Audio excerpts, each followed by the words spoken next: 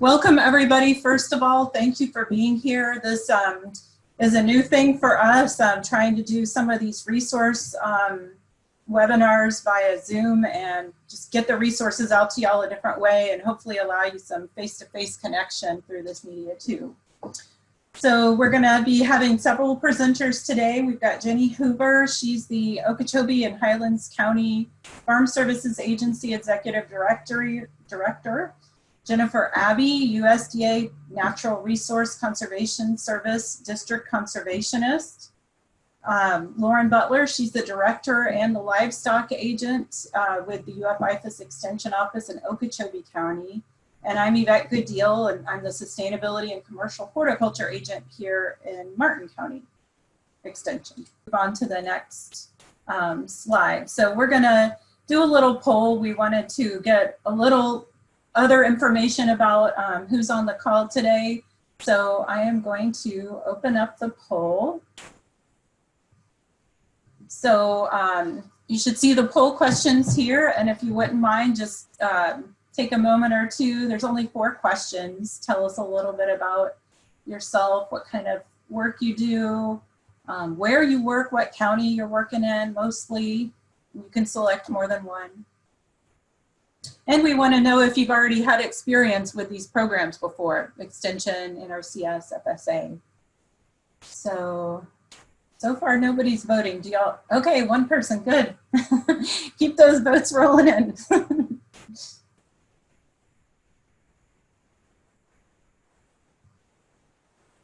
Okay, we got about 40% of the people voted. Come on, get a couple more votes in. Oh no. Huh. I just saw an email from someone who was supposed to be here that couldn't log in. Okay. Oh, good. Another awesome. Okay, we'll go ahead and if anybody's working on it, I'll give you a second or two.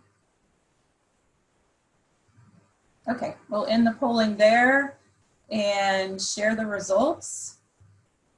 So you should be able to see this. It looks like we've got a farmer. We did have a few farmers sign up, but who actually is here right now differs from that. And we've got a couple of agency representatives and other, well, 2 people from Martin, 1 from Okeechobee, and 1 from another county. And most of you have not enrolled in these programs in the past, but most of you have worked with Extension before. So, okay, thanks. So I am going to stop sharing and close this out. So with that, I'm going to stop sharing my screen and let the first presenter, Jenny Hoover, share her screen and information.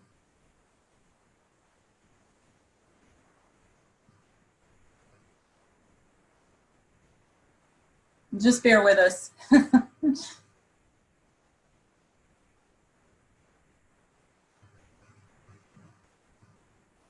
see something in the chat. Hey, Jenny, you're muted.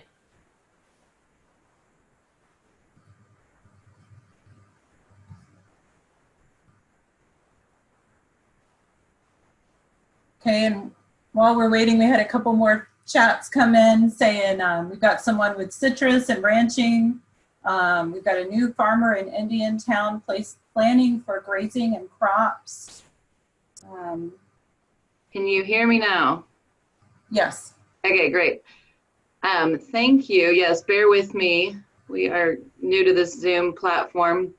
And I am going to go over some different points about my agency and also the programs that we have available. So this will be just a really quick overview, and at the end will be contact information if you have any questions. I'm going to start off with going over what the Farm Service Agency is.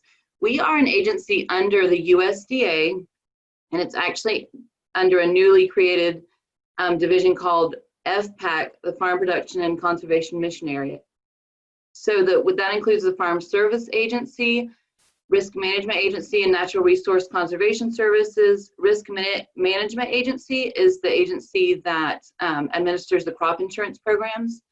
So the particular Farm Service Agency delivers farm programs based on the Farm Bill, which can include loans to help agricultural producers. We partner with organizations, and we work with different farmers to either provide food, fuel, or fiber.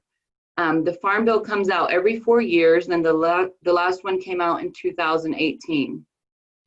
So to get started with our agency, the first thing would be is to see if there's any areas where we could meet your needs, essentially.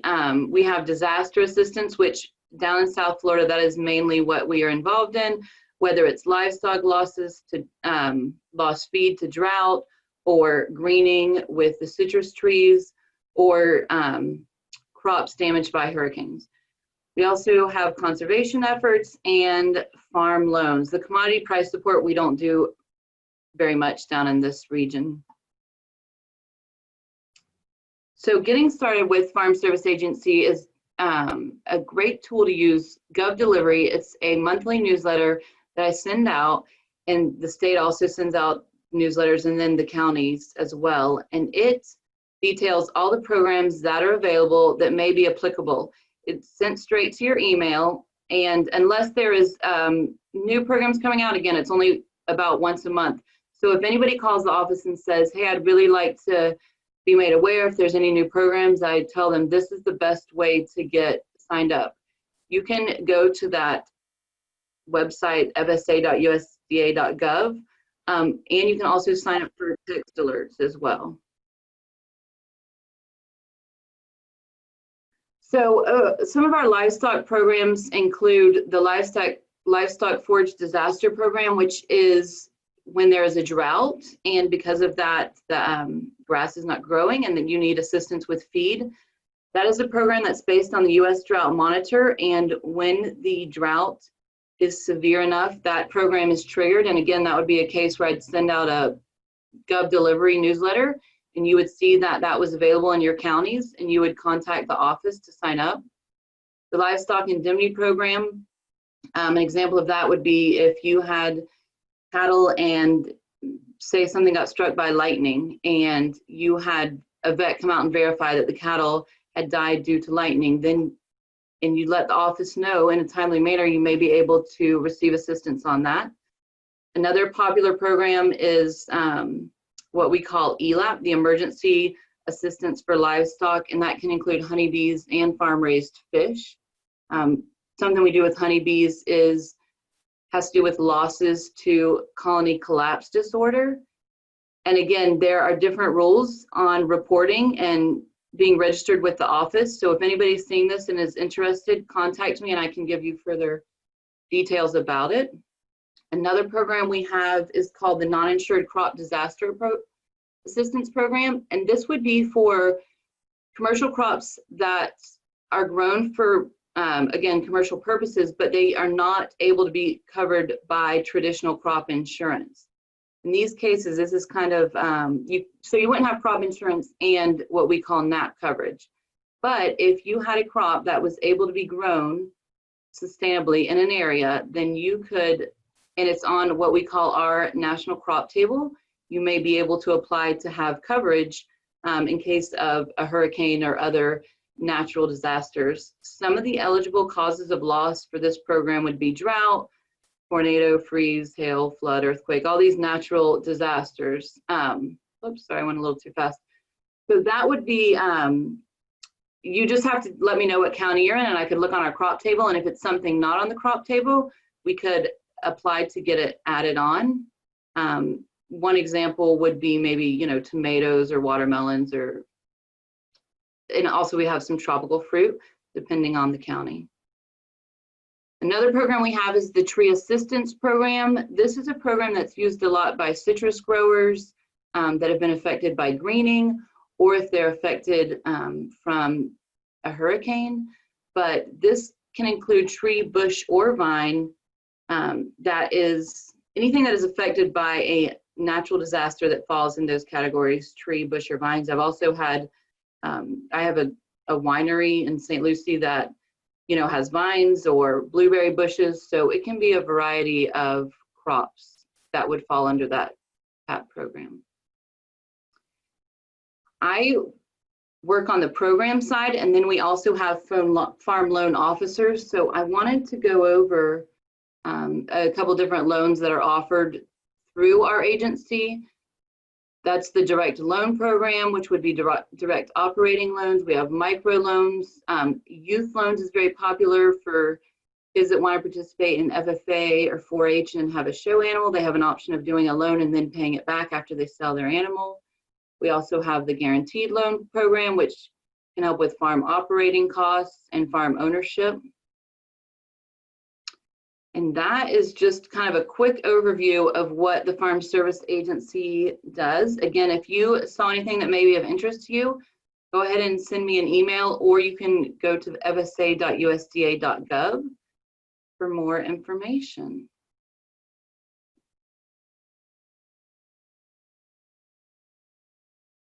I think that is it. I think we were going to answer questions at the end. I don't see anything in the group chat, so I will go ahead and hand it back to Yvette. All right, and our next presenter, Jennifer Abbey, is going to pull up her slides next and share some of the Natural Resource Conservation Service programs.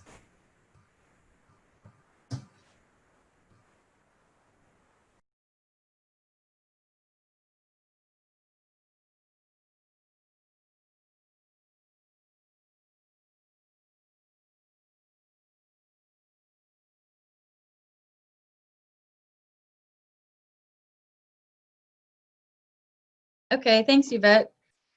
I am the district conservationist in the office which sits in St. Lucie County, but I do cover Martin, St. Lucie, and Indian River County. If you happen to be on from Okeechobee County, their district conservationist is in an office there in Okeechobee, and his name is Howard Harrison. Like Jenny said, NRCS is another division of USDA, and we're all in the same group. So we do a lot of work together, but we have completely different purposes. So the Natural Resource Conservation Service mission is that we deliver conservation solutions so that agricultural producers can protect natural resources and feed a growing world. And so with that, the vision of the agency is a world of clean and abundant water, healthy soils, resilient landscapes, and thriving agricultural communities through voluntary conservation. And so for our programs, we provide technical assistance through a locally based conservationist like myself or Howard or whoever happens to be in your county. And the goal of that assistance is to help the client address opportunities, concerns, and problems related to the use of the natural resources. And so some of the common products that we provide are soil maps and soil map interpretations for land, conservation plans, and along with that, grazing plans. In the conservation planning process, NRCS conservationists, we come out, inventory, and evaluate resources into the main categories of soil, water, air, plants, animals, and energy. And then we make suggestions to help land managers make land use decisions or conservation treatment decisions. And the conservation plans that we produce for the clients, that's the foundation that leads later to potential funding. So let's look at a quick example of what a conservation plan might look like on grazing land. One of the key best management practices a land manager can do is a prescribed grazing system with the animals.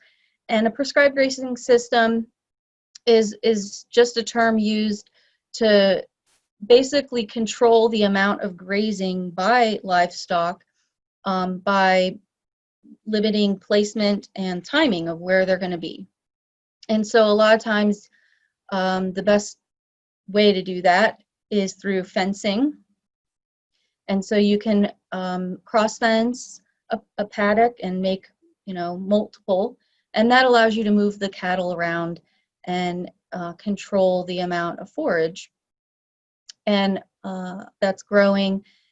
You can't really control the growth, of course, but I guess what I'm saying is you control what they're eating, and rather than them choosing what they want to eat, you're kind of concentrating them in one area and letting them eat in one area while the rest of the areas have time to rest and recover. And so with that in mind, we often like to say that on grazing land, even though people are raising cattle, it's almost like you're a grass farmer, because the grass is super important to raising the cattle with. The other thing that you might see commonly in a grazing or conservation plan that has prescribed grazing is, especially if you're going to cross fence, you would need maybe some water in the pastures that you've created because there may not be any. And so things like solar troughs or electric, whatever the case may be, with a new well and a pump and pipeline that hook up to a trough or multiple troughs, that'll provide water to the animals. Another common thing, particularly in South Florida, is invasive plant treatment. So in the slide there, you can see pictured some lovely Brazilian pepper in full bloom and fruiting. And I'm sure you probably have seen that anywhere you go in town, because it's all over the place.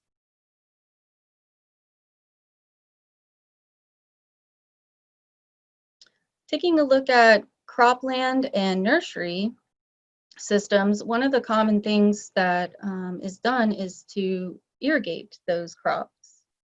And so we partner with mobile irrigation labs who cover basically the whole state of Florida, and they provide a service. They come out and take a look at the system and see how efficient it is and make recommendations to you based on that. And a lot of times those recommendations lead to people coming to NRCS to apply for funding to perhaps do an upgraded irrigation system that's going to save more water. On cropland also, soil health is a focus, and particularly to our agency. And you might see things like conservation crop rotation or cover crop are items that we might recommend that people do. So with that in mind, I just wanted to spend a second to mention a little bit more about soil health, because NRCS does have an initiative, and our focus has been directed towards soil health, which is not really a new thing, because our agency actually was formed about 75 years ago because of the Dust Bowl. And so soil is kind of the reason why we formed, and we still have a focus on soil. And we've broken it down into 4 main principles of soil health. So those are to minimize disturbance, keeping the soil covered, whether by living plants or by some sort of mulch, maximizing plant diversity, and maximizing living roots. And I could probably talk about this all day, so I'm not going to, but that is definitely a topic that the agency has been trying to promote a little bit more heavily recently, and we've been being trained within the agency and being trained to train others as well, because that's our job, is to make recommendations. So now I have alluded to the fact that we do have financial assistance, which many of you might have been waiting for this whole time. So I'm going to talk a little bit about those programs. Although we have multiple programs, the 2 main programs that are probably of most interest would be the Environmental Quality Incentives Program, otherwise abbreviated as EQIP, or the Conservation Stewardship Program, which is abbreviated CSP. And just a quick view of what these programs are. The Environmental Quality Incentives Program, or EQIP, is a program that's set up to provide an incentive payment for some sort of conservation activity that's being implemented. And we do that through a contract, which you can apply for. And I'll talk a little bit about that process a little bit next couple slides later. In contrast, the Conservation Stewardship Program is a program where when you sign up, you're signing up for a contract that lasts 5 years, and you will receive annual payments for the activities that you're already doing and the new activities that you plan to do.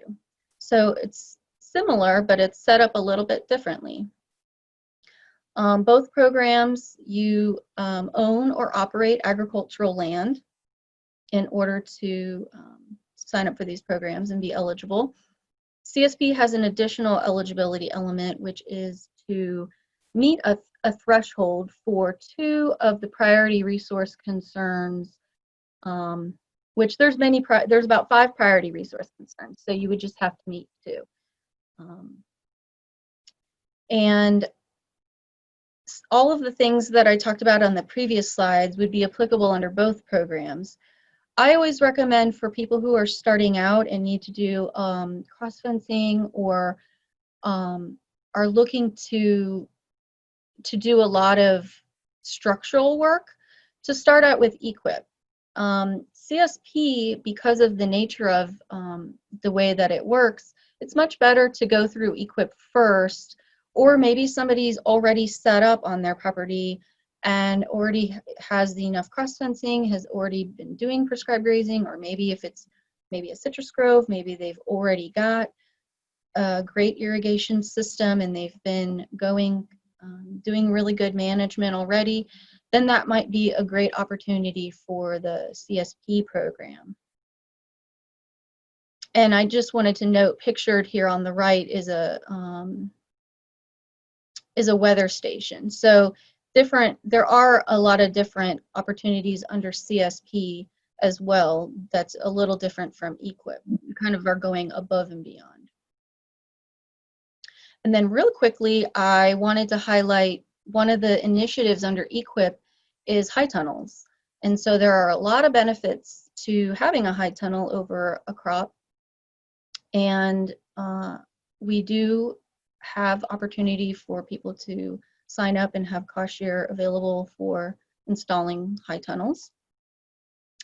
And briefly, some of the program requirements that are often asked about is that you have to put it on top of a crop that's already existing or cropland that's already existing. The crop has to be grown in the natural soil profile. You can use amendments and you can use raised beds, but if you were doing like a container nursery, that wouldn't really fit this particular program. And it does have to be purchased as a manufactured kit, so you can't have a DIY high tunnel. You can build it yourself, but you have to purchase it as a kit. The last slide that I have just briefly talks about the process of how to get assistance with this. And the first step is to go through, contact us and to go through the planning process and work on a conservation plan. That oftentimes leads into a great opportunity for an application in any of the programs I mentioned. There's an eligibility process. There's a few paperworks to do with that. All the applications are ranked, and that's how we determine priority for our funding. And then once you have a signed contract, you go through the implementation of it and receive reimbursement. And that's all I have. I would be happy to answer any questions or talk to anybody who wanted any more information privately later through the phone or making an appointment where we come out and visit.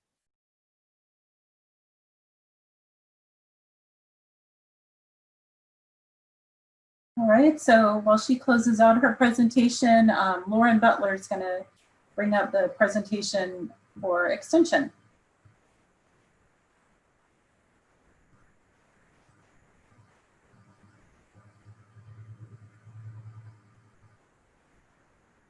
All right. So as she said, my name is Lauren Butler. I'm the County Extension Director in Okeechobee, and the livestock agent there. And so Yvette and I thought we would just kind of go over what Extension can do for you right now, because we've been pretty limited on the amount of time we can be anywhere but in our office or in our home. So we just wanted to let you know that we were still here for you. And in my commodity, as she said, I'm livestock. So we are still able to assist people over the phone with any normal topic that we would cover. But one of the things that my ranchers are able to still do on their own is soil sampling. So we've had several people call and ask about soil sampling, and sometimes I can help people with that. I'll go out to the field and help them, and sometimes I just can't fit it in my schedule. So it's nothing new for them to do it on their own or call a company to do it, but ours is a little more affordable. So,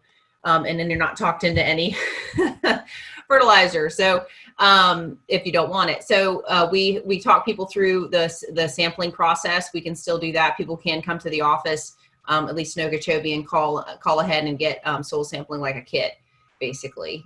So we're encouraging people to do that right now. It's a good time to do it as our plants are all growing, coming out of dormancy. And so now's the time to give them some of that fertilizer.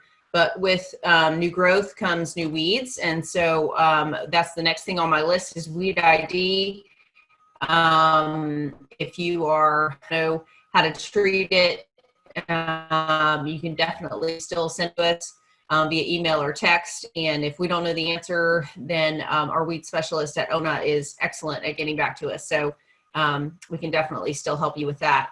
And then all the other topics are the usual things that we cover. Usually those are things that we would cover in programs, and some of those have been postponed or canceled completely. But we definitely do a lot of pasture health consultations. We have specific programs on health, nutrition. We have a nutrition specialist at ONA, and so he's very helpful when it comes to that. Reproduction, we actually have a specialist that's been coming down to Okeechobee for a couple of years now, doing some reproduction trials here. So that's pretty exciting that they're used to the South Florida environment and our cattle type, and so they're learning, because he's new, so he's learning what he's up against down here. So, and then I'm super excited about the last one. I never thought I'd be excited about pesticide testing, but we've been cut off from FDACS for a while for safety reasons. And come May 18th, our office, Okeechobee, will be available for pesticide testing.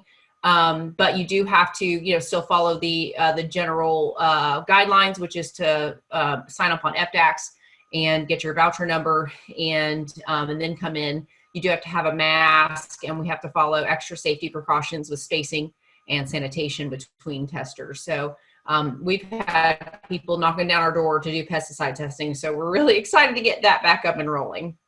And then I thought I would just briefly share this resource.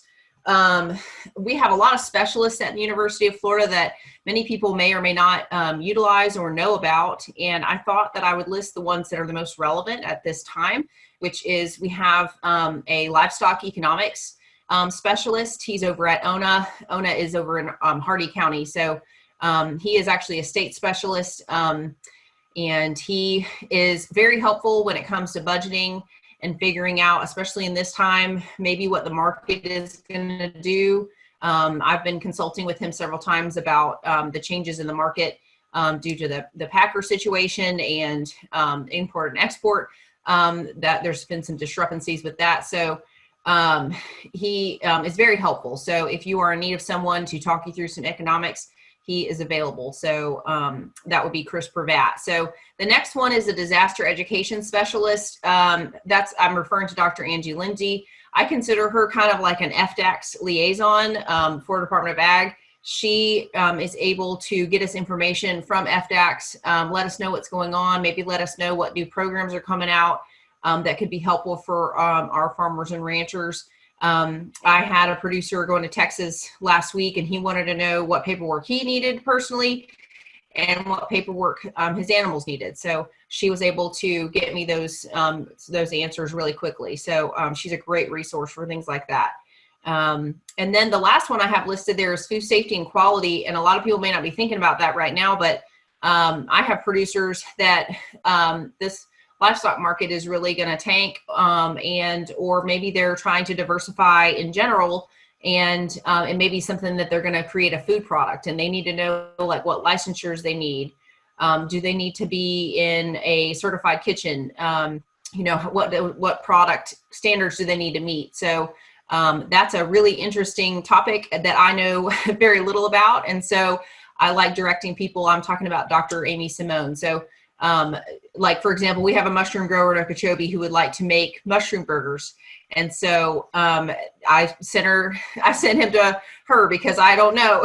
I don't even know how to get started in that. So that was, those are some examples of specialists that we have available to us. And that's my last bullet point, is resources for clientele. I kind of pride myself on that. I don't always know the answers, but I'm not shy about asking somebody at the University of Florida on campus, or especially at our Rangeland Research and Education Center over at ONA. So if you need something, please reach out and ask, because we can figure it out for you. With that, I'm going to turn it over to Yvette, but I guess I'm still in control. So Yvette, just tell me when you want me to switch the slides. Okay, go ahead.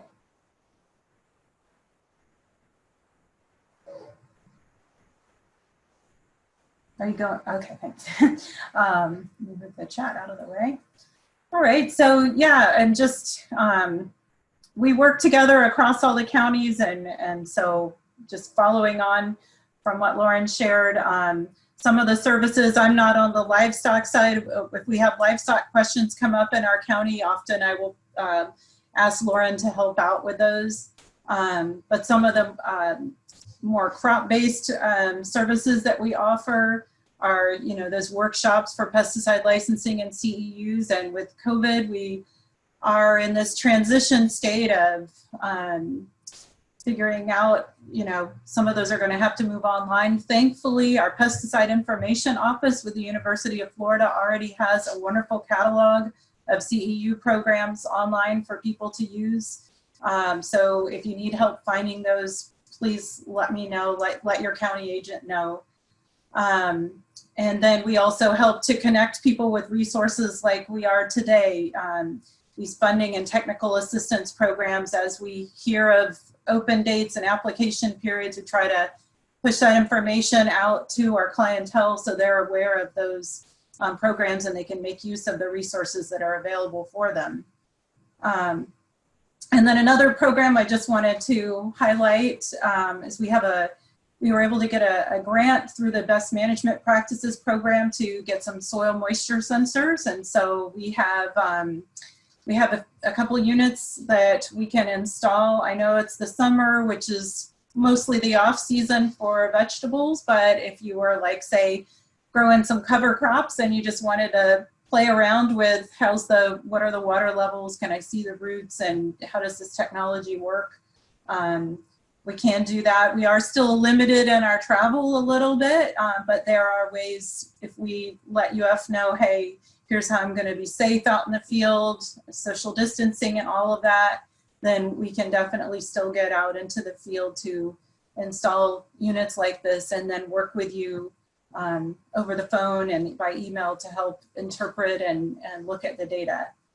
And we're also looking at maybe getting a unit that will help nursery growers. We have a specialist who's helping us with that, and that's Dr. Charles Barrett there. And then there's also another specialist at the Research Center in Fort Pierce, Dr. Guzman. So yeah, we've got great specialists to help with these things. Oh, next slide.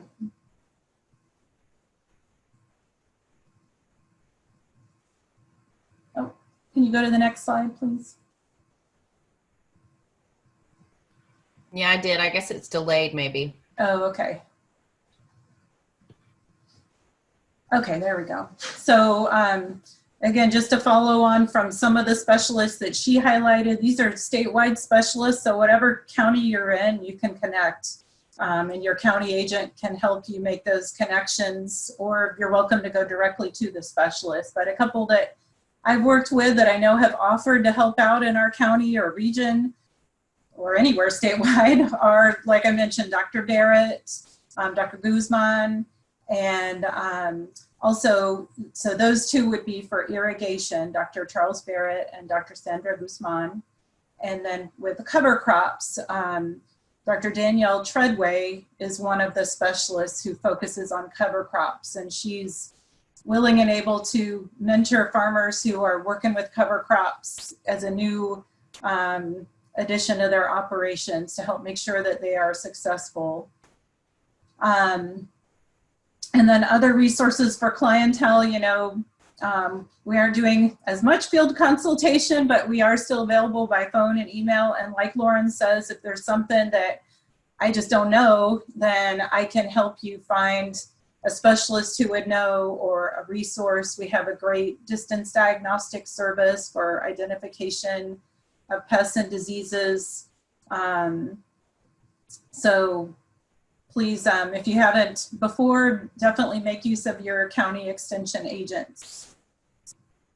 And that was it for me.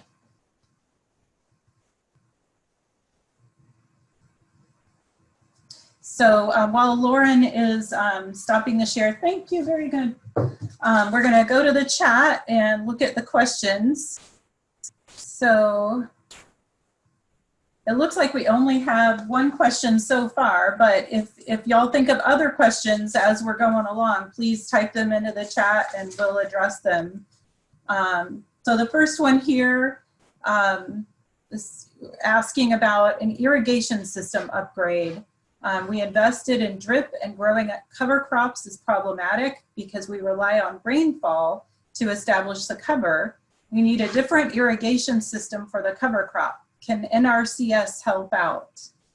So is that, would you take that question, Jennifer, please? Absolutely. That is a great question, and it's a very interesting one because it's not a common question. Normally, we do irrigation system upgrades to replace an existing system. So essentially what I gather you're asking is that you have drip irrigation for your main crops that you're growing, and then because it's drip tape probably, you probably get that off of the field when you're done with your crop, and then when you go through and plant your cover crop, then there's then no irrigation available for watering the cover crop at that time. We don't normally cost share a secondary irrigation system that's not for the primary crop. We could help with technical assistance because we have engineers, but I know that's not really what you're asking, but that's, at this time, that's pretty much the only assistance that we would have. I can certainly push that question up further up the line and just make sure that I'm answering that accurately for you. But that's my current answer for that.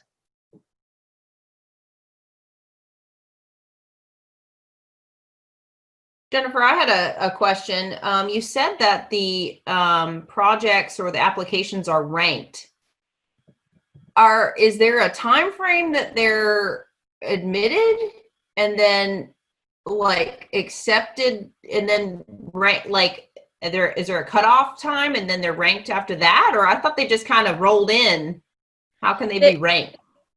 They do. We do accept applications all year long. And then what happens is we have an announced deadline for consideration of that year's funds. So for instance, for fiscal year 2020, which is what we're in now, although I don't exactly remember the deadline for EQIP, it was sometime back in, let's just say January, because I don't exactly remember. It might have been a little before that. CSP, the sign-up deadline for fiscal year 2020 funds, it hasn't passed yet. It's actually June 1st. So anybody that wanted to sign up for that still has opportunity to apply this year and then get a contract or compete for a contract this year. All the applications that are received up to that deadline are then considered. Anything that comes in after the deadline will be considered for the following year.